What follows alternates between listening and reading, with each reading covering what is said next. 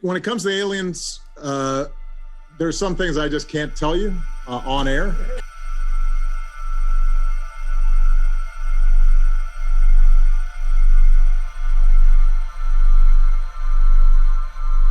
Look.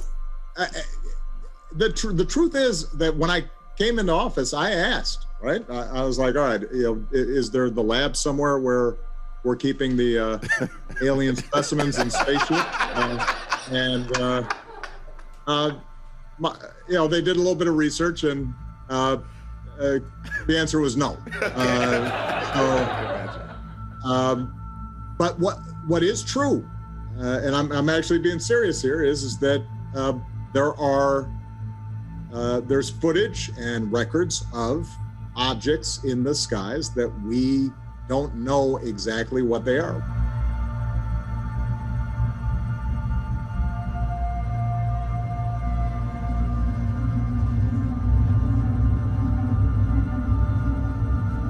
We can't explain how they moved, their trajectory.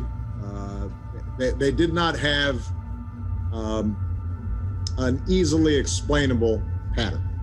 And so, I think that people still take seriously trying to investigate and figure out what that is. But I have nothing to report to you today. It's okay.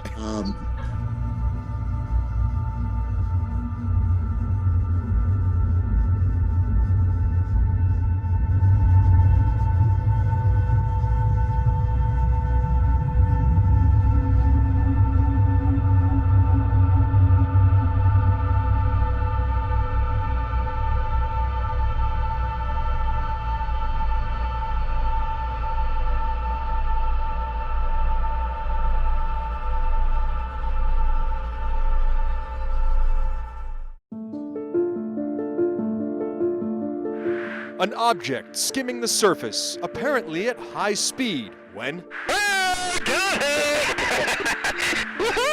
Bullseye! The aircraft sensors home in on the unidentified flying object.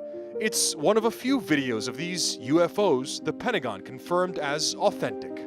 I think that over beers we've sort of said, hey man, if I saw this solo, I don't know that I would have come back and said anything because it sounds so crazy. Your mind tries to make sense of it. I'm going to categorize this as maybe a helicopter or maybe a drone. And when it disappeared, it was just... Alex Dietrich has never told her story publicly. She's one of several Navy pilots who spoke with 60 Minutes, who've seen or picked up on sensors similar objects, often moving fast with odd shapes and no obvious method of propulsion. There's definitely something that, I don't know who's building it, who's got the technology, who's got the brains, but there's something out there that was better than our airplane. No one is using the word aliens here. The Pentagon calls them UAPs, unidentified aerial phenomena. There's a whole fleet of them. Look on the ASA. My gosh. They're all going against the wind. The wind's 120 knots to the west. Pilot Ryan Graves picked this up on his infrared sensor in 2004 off the coast of San Diego. So look at that thing. It's rotating. The highest probability is it's a threat observation program. Could it be Russian or Chinese technology? I don't see why not. Late last year, the Pentagon created a task force to look at the nature and origin of UAPs. What are these things? Where do they come from? And is there an intent here? The government sees this as a possible threat, something that may be able to outperform military capabilities.